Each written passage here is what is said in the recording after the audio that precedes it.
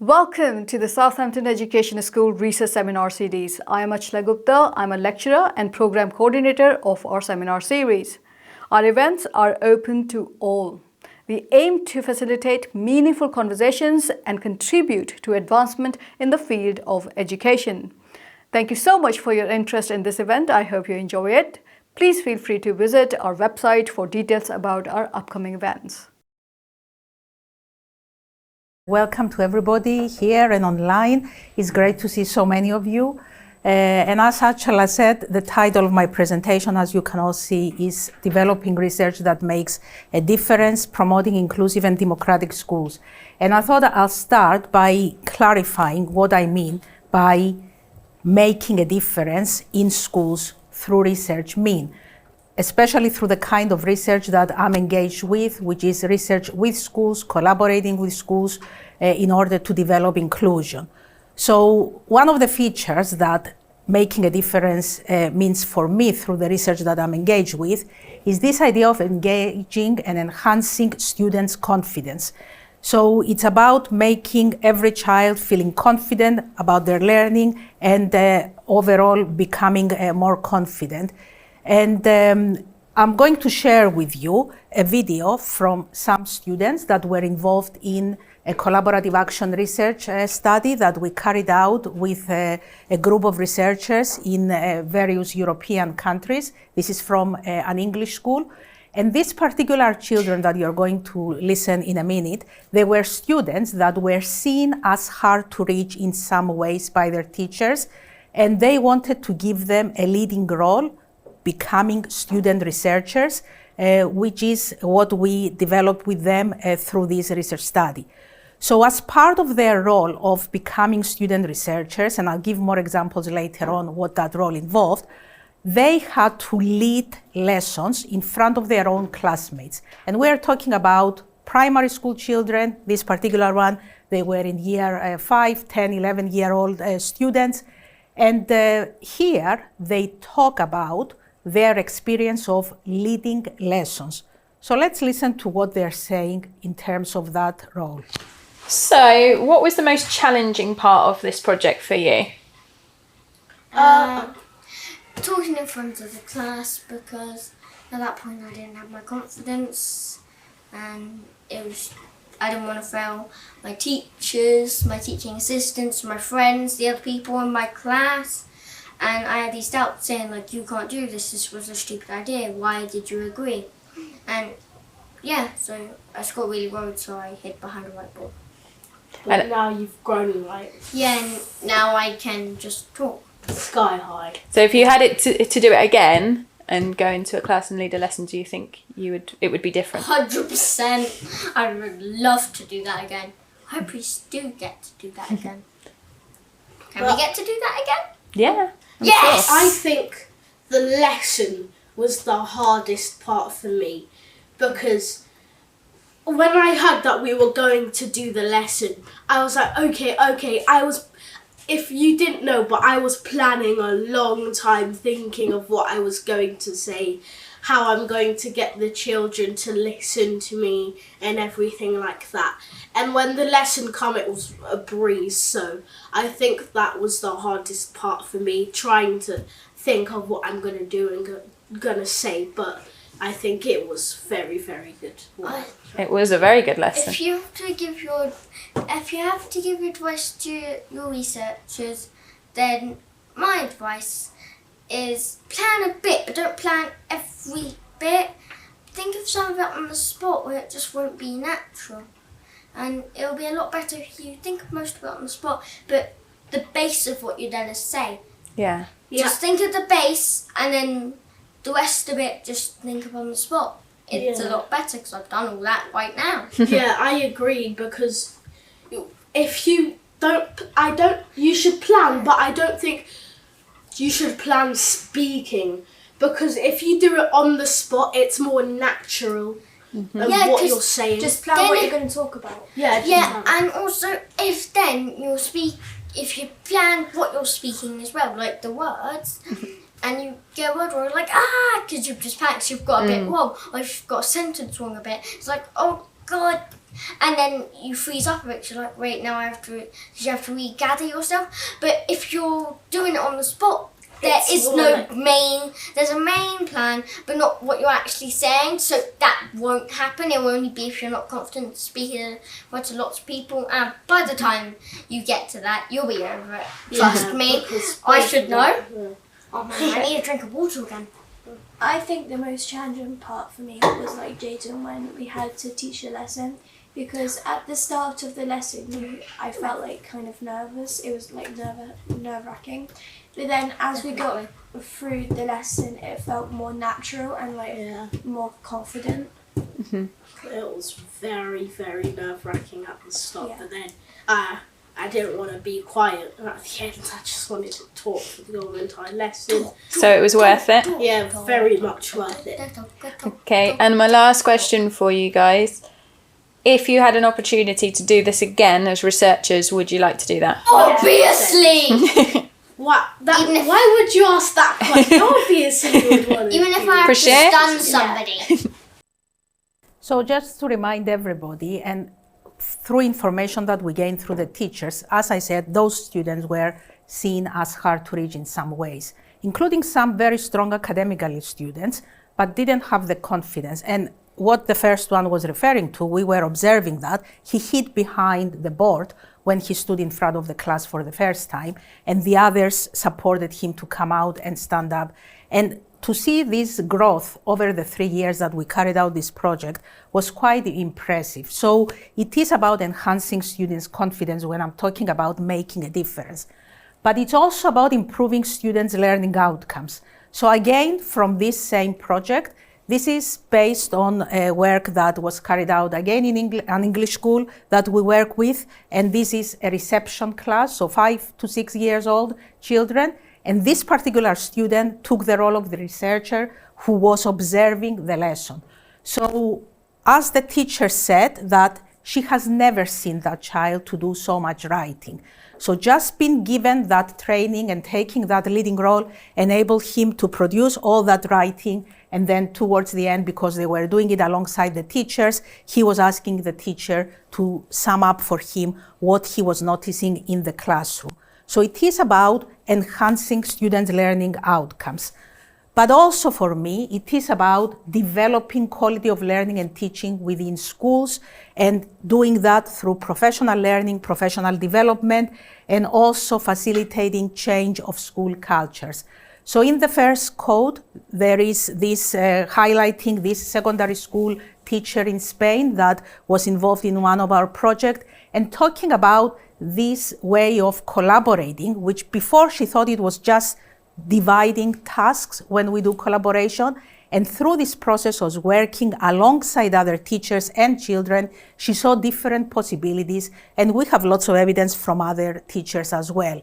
And one of our head teachers in Austria, in this project that we collaborated with schools, she was referring to this approach that we developed, inclusive inquiry, which I'm going to give you an example later on, where teachers and children collaborate to design lessons to enhance everybody's participation.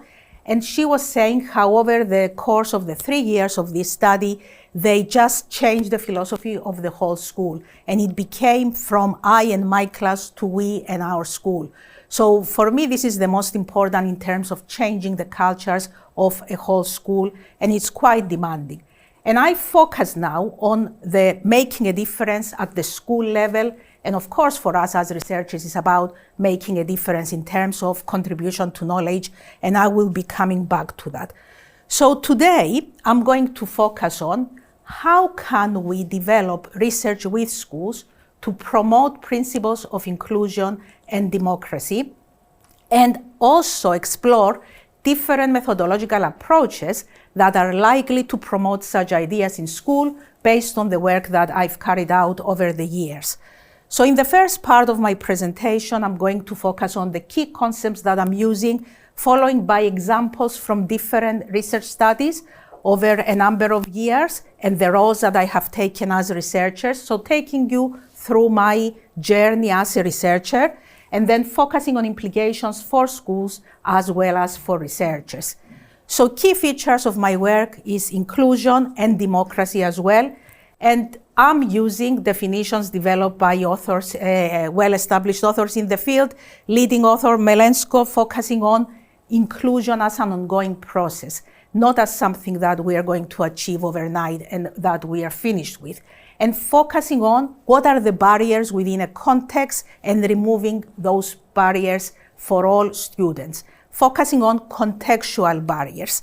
And inclusion, focusing on the presence, participation, and achievement of all students. So it is about being there, participating, and achieving. So it's all three, and it is focusing on all students. So there are certain groups of students that we know from research that they may experience marginalization. They are more likely to experience marginalization. But at the same time, there may be other students not falling into those traditional categories that may experience marginalization. So it's about all students. At the same time, Peter Mittler, another leading author in the field, has argued about the need to focus on children and young people's views, voices, value what they have to say, regardless of age or labels. And this idea of students' voices has been a central feature of my work. And also, these notions of choice, self-determination, linked to notions of democracy as well. And Linda Darling-Hammond is arguing about if schools are to be agents of democracy, they need to be offering these opportunities for democratic communication and participation, which is again central features of my own work.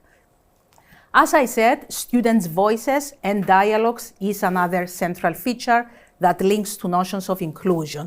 So the student voice movement started back in 1989, and since then has been influencing practice in schools as well as research. And it's a very broad term, and it ranges from expressing views verbally and non-verbally, as well as having an active role in decision-making processes, as Cook-Sather has argued.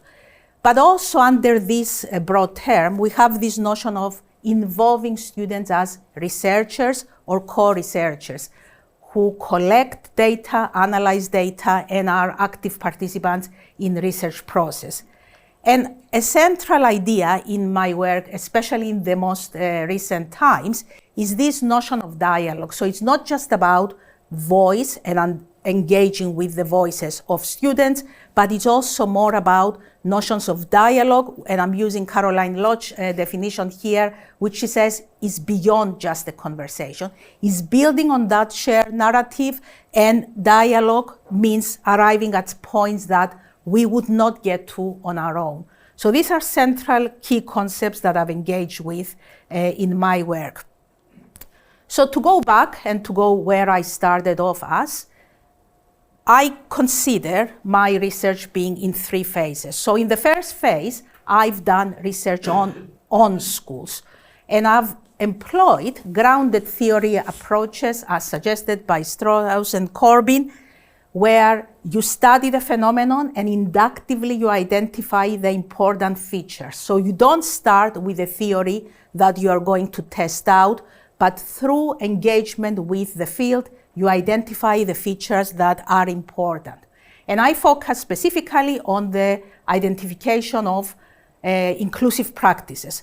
And I was very much an outsider going into a school that was up in the north, in Manchester, where I did my studies, and spending time in the school trying to understand what was happening, and having some forms of engagement of my participants, the more traditional interviews, semi-structured interviews with teachers at that time I was engaged with.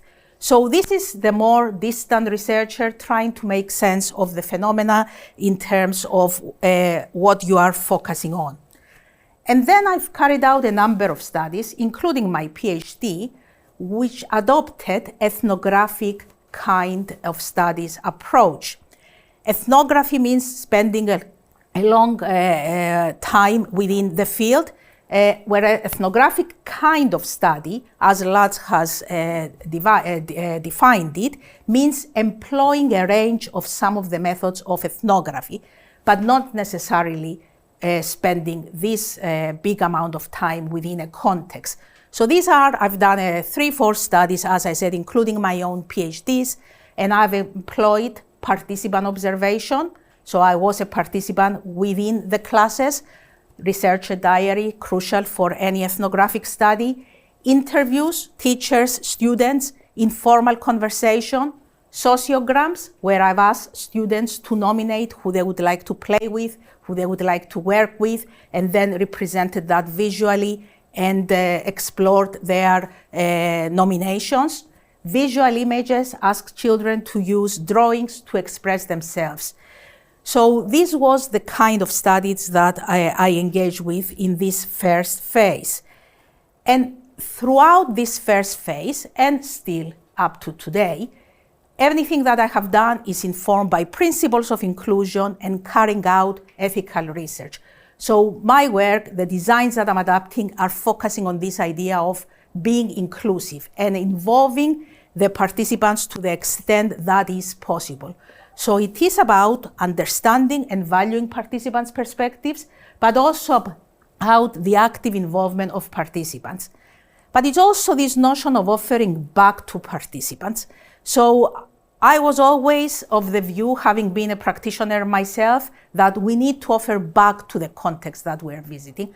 I experienced researchers coming into the schools and we never found out what happened with their findings. So I always felt the need to do that. And in my very first study, it was giving a report of my dissertation, as simple as that. The school read it, the head teacher discussed with the teachers, and it was that distant way of offering back to participants. But gradually, I was feeling more confident, and also I was feeling more the need to disrupt and the duty to disrupt, really. And I had to engage in some challenging decisions in doing that. So I'm going to share an example in a school that I carried out an ethnographic study. And I had carried out interviews with all children in the school, 250 in that particular school. And as I was collecting my data, I wanted to share with the teachers in a staff meeting the emerging themes. So one of the themes that came up was that in that particular school, children were not very positive about children coming from other countries into their school. And one of the students I interviewed said to me that we don't want these students in our school because they lower the standard of our school. So I shared that extract, I shared various extracts with the teachers in a staff meeting, making sure that the anonymity of each child was ensured and protecting children's identities. And I used it as a way of facilitating the discussion. And the teachers started thinking about that statement. And one of the teachers stood up and she said to me, Kiki, these ideas are definitely coming from home. These are not ideas that are coming from our school. And we discussed that. It may be, we cannot know, but the issue is that they're here, they're amongst your children. A number of children said that. So in terms of promoting inclusion, let's think about how can we start from what they express in order to promote inclusion and change such perceptions. Now, what I knew was that the student who said that to me was the daughter of that teacher. Now, I'll never know if she also knew and if the daughter shared that with her or if that was a natural reaction, but it's quite interesting to see this kind of resistance and how students' voices may make us think differently. So it was a challenging decision, but it is important if you want to do ethical research. If you're just going in without some inclination to disrupt what is happening in the context, we're not likely to achieve difference. So in the second phase of my work, I've moved from research on schools, which I classified the first two types of research I engaged with, into this idea of research with schools and employing approaches that others have employed in the field, where they classify themselves as researchers who work as outsiders, inverted commas, because we do go into the schools, and they work alongside participants. And this kind of research, as they argue, overcomes the traditional gap between research and practice. And this is an ongoing gap. How do we as researchers bring that gap between research and practice in schools? And we have employed collaborative with colleagues in a number of contexts, collaborative action research, which involves climates of inquiry in communities of practice with different stakeholders functioning as co-researchers. In the kind of studies that I'm involved in is about students becoming co-researchers as well as teachers and other participants in schools. And always, as with action research, you identify a problem, then you plan, you act on it, and then you evaluate and you reflect, and it is a cyclical process, but there is a focus on educational improvement. So behind all of that, we need to develop and improve further what is happening in schools. So the kind of studies that I've engaged with, as I said, is with schools, and I'm going to give a flavor through two interconnected studies that I carried out in collaboration with a number of colleagues in 5 European countries: Austria, Denmark, England, and Portugal and Spain. England when it was part of the European Union, from the dates that are there up to 2020. So the first study focused on secondary schools, whereas the second one on primary schools. And we work with a total of 30 primary schools across the 5 countries and across 8 secondary schools in the first one. So the first one led to the ideas of the second one. And to go back to the design and what I've said about collaborative action research, we adapted what Ensko, Booth and Dyson suggested back in 2006 for the second project, which is illustrating the kinds of roles that different stakeholders within research are taking. So for the reaching the hard to reach, we use this at the start of the project to engage both with practitioners as well as with researchers. So they are arguing that on one side, we have the practitioners who are preoccupied with developing practices, whereas on the right-hand side, there is the researchers, which we are more interested in developing understandings. But there are interconnections between the processes of the two. So we as researchers, we have the research questions. We want to find out what is of our interest and builds on our agenda. But the teachers are interested primarily on the existing practices. And in the particular project, we developed this idea of inclusive inquiry, where they had to develop, design research lessons, planning, teaching, and evaluating. And we were monitoring through observation, focus group surveys, accounts of practice, and analyzing those. And the idea is that that led to more inclusive practices through the analysis that we've carried out in collaboration with them, and our focus was on contribution to knowledge. But there are links between the two, but the roles of each of the participants is different, as these authors have argued. And we started from that. So the research agenda, what we were trying to find out was, how can we reach out to all our students, especially those seen as hard to reach, any child in school? That was the starting point. And actually, we were focusing on hard to reach lessons as opposed to hard to reach students. So that was the focus. And we carried out 3 cycles of collaborative action research. It was a 3-year study. We supported and monitored the developments in the school, and we monitored impact on teachers' thinking and practices and impact on all children's engagement, particularly those who were seen as hard to reach. Conceptually, this is what inclusive inquiry is. It involves a set of interconnected processes, but at the heart of what we are doing and what makes the difference is that idea of student-teacher dialogue. We started from students' voices and we moved into dialogues. So we are arguing, as we talk about learning and teaching, we learn from differences and we develop inclusive practices. But all these are interconnected. In practice, this is the conceptual representation of the processes. In practice, the process involves 3 steps: plan, teach, and analyze.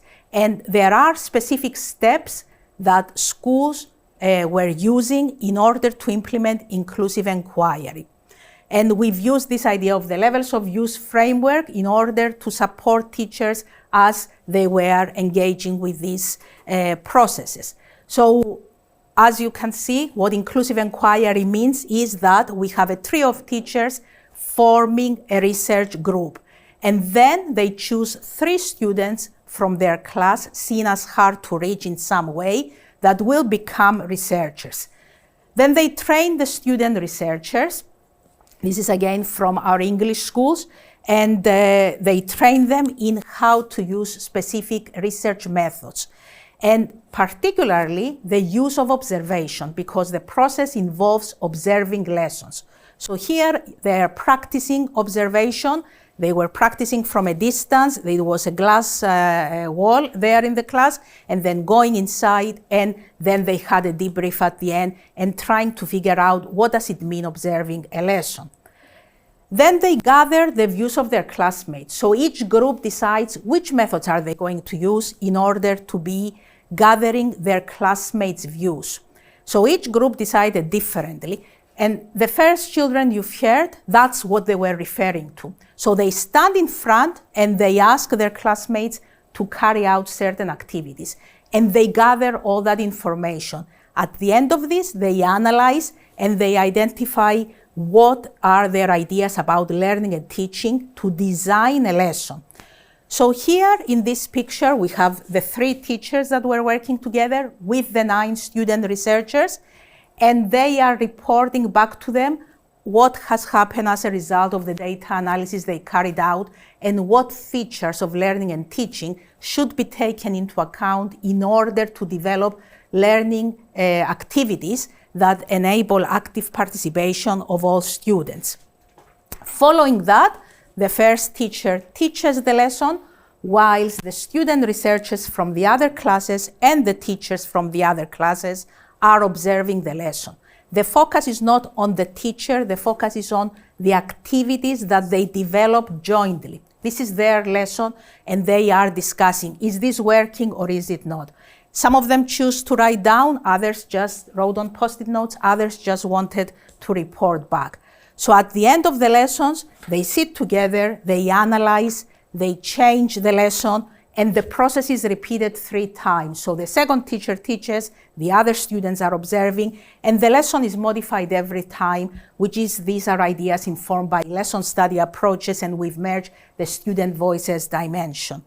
As I've said, we carried out analysis of data from all the schools that participated, and we highlighted the impacts, particularly on students, engagement on the lessons, improvements in confidence, ensuring that some children that were very difficult to be included in class were included, but changing of relationships with links with other researchers in the field as well, and also this idea of teacher development. So this collaboration led to focusing on matters of detail and sharing techniques and becoming more sensitive about students' views and certain individuals' pupils.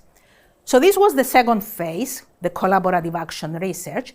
And I now see myself this year, started from last year, entering a new phase in my direction as a researcher. So last year, alongside colleagues that are in the room and some online, we worked on this project that we focus on developing a citywide initiative. So we piloted an approach to expand this from this coming year. So we work with a network of 5 schools, all primary, all in Southampton, and these are our partner schools for that project which happened last year. And we still, as researchers, had the overarching question. So the question is, how can we promote inclusion through an engagement with pupil voices? And a lot of emphasis on the use of participatory research methods in order to do that. But what was different, which wasn't happening in the previous projects that I was engaged with, was that the school had a leading role in determining their own area of focus, their own research question. So we had the first workshop at the university in this very room that you're all in. And we brought 3 teachers from each of the schools, and we engaged with these ideas of what does it mean carrying out collaborative action research, as well as engaged with participatory methods that they could use with their students when they go back to school. And we spent a considerable amount of time during the day, as well as later when we visited the schools, in refining the questions. So each of the questions came up with their question, with that idea in mind to involve students to drive their solutions to these questions. So you can see one focus on supporting boys to improve writing, others on becoming more confident in their learning, others students' aspirations, and others focus on using appropriate vocabulary to communicate their ideas in their learning. We've got the full set of accounts of practice. I've left them on the back. If you're interested at the end, please take a copy so that you read the whole story. So just to give you a flavor, as I said, we engage with a range of participatory approaches, and then the schools could choose the ones that they wanted to use. So in the first picture on the left-hand side, we can see students using Post-it notes. The teacher gave them some unfinished sentences based on what they wanted to find out, which was about boys writing. And she was training the researchers who then went and did it with their classmates. We have some reception class, 5 to 6 year olds, that they use the Diamond 9 approach with 4 pictures, and they had to rank what they saw as more important and what as least helpful for, again, helping them with writing in reception classes. And in the other 2 pictures, you can see schools that develop the idea of student researchers, and they ask them to keep notes in order to discuss. And the changes in each of the schools varied, but all the schools had made changes to their practices, refining what they were doing based on what the children have found and based on what they thought about through the dialogues that they had with them, including examples such as the way that teachers are giving instructions. So we were observing in one of the schools, and one of the student researchers immediately said, after we observed that, the teacher was very clear. She was saying, first, you need to do this. Second, you need to do this. And that was something that led to discussion, and all the teachers are now much more conscious about what helps children with their learning. So let's listen to some of these student researchers' views and voices. Being a student researcher, I find that trying to help children be confident in their learning is an inspiring thing for everyone. Being a student researcher, I think to help people in their learning and show more confidence as well. But it felt like he was highly important job. I think it's a really good project to be in, because it not only it helps children, but it also helps you too, because it's yeah. In what ways does it help you? It helps you because it makes you have more ideas for your class, and also more ideas for the class that you're studying about. I liked it. I feel really good to go in other classes, and it helped me to be more confident in my learning. I felt really happy and excited. Yeah, excited. Excited. You said something else. Say Confused. Confused? Why were you confused? Because I've never heard of it before. Because at first we didn't know what it was. It made me feel excited at first because I didn't know what it was, but I think it was something good. And then when we went to year 5, I knew what it was, so then I got a little bit excited. Then we started doing other stuff, so it was nice. It made me really happy because Miss told us about it when she said our names and we were gonna be the student researchers, and just happy. it made me like very excited to like see other classes and help them, and like to help them with their learning, to study more. Like, yeah. Like, if we didn't do this, we won't feel more comfortable in class. So since we've done this, it makes us feel more comfortable in class. More comfortable doing what? Learning and answering questions.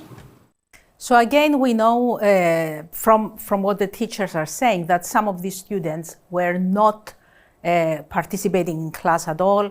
They were not confident to get up and ask the teacher. And by the end of this study, we saw how they changed the way they were behaving, and we also noticed these changes. But the teachers know them a lot better than we do, that we are the outsiders. So where next? So we now, as I said, over the years, I've had partnerships with schools, especially with one school here in Southampton since 2015. But now we are formalizing this, and we've created the Research Practice Partnership in September 2023.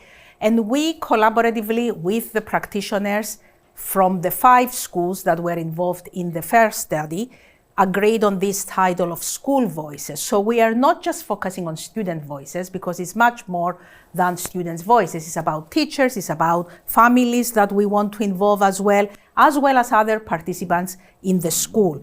And the difference between what I was doing up to last year is that we are now setting out for this long-term collaboration as it has been defined by researchers in the United States, and focusing on this educational improvement or equitable transformation through engagement with research.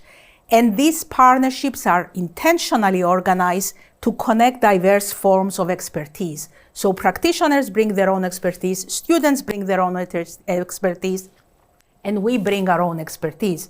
So it is about connecting, but also shifting power relations in this research endeavor to ensure that all partners have a say in the joint work. So we are setting out intentionally to do this now. And the way that we have done it is that the schools that were involved last year are now taking a much more leading role. They are becoming hub schools that they have helped us with recruiting additional schools, and they are going to be supporting other schools to implement such approaches whilst expanding in their own context. So the students that you saw in the previous video have already trained new student researchers in that context. So they are expanding in a different way in their own context. And we are planning a workshop collaboratively, and we will have more schools coming along, and we are having that in a couple of weeks' time. At the same time, we are linking to other existing networks and research practice partnerships in other countries that I have links with. And our focus is on making a difference in children's lives through these approaches, collaborative approaches of doing research with schools. Implications for us as researchers: it is very rewarding and it can be transformative, but I'm using the words of Michael Fielding, who talked about research that involves students and that it requires a rupture of the ordinary is not something that is not challenging. It makes us take different roles, what it means to be a student, what it means to be a teacher, and I'm also saying what it means to be a researcher.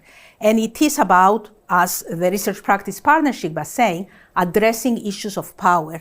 And it is about when to step in and when to step back. In these processes, it's challenging decisions you need to be making. You may not necessarily agree with the approaches that the schools are taking, and you as a researcher that feels the duty to disrupt may have to say that you're going to be waiting for the right moment to do that.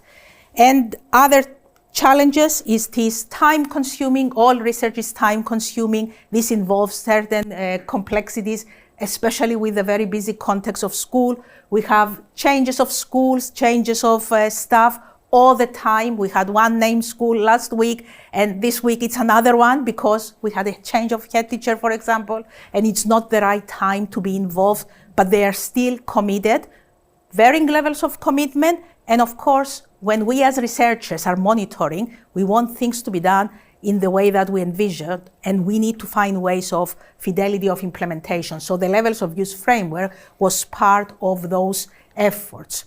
So to sum up, I started off with research on schools, as I said, grounded theory approaches, ethnographic studies, and very much focusing on active engagement of participants to the extent that I could.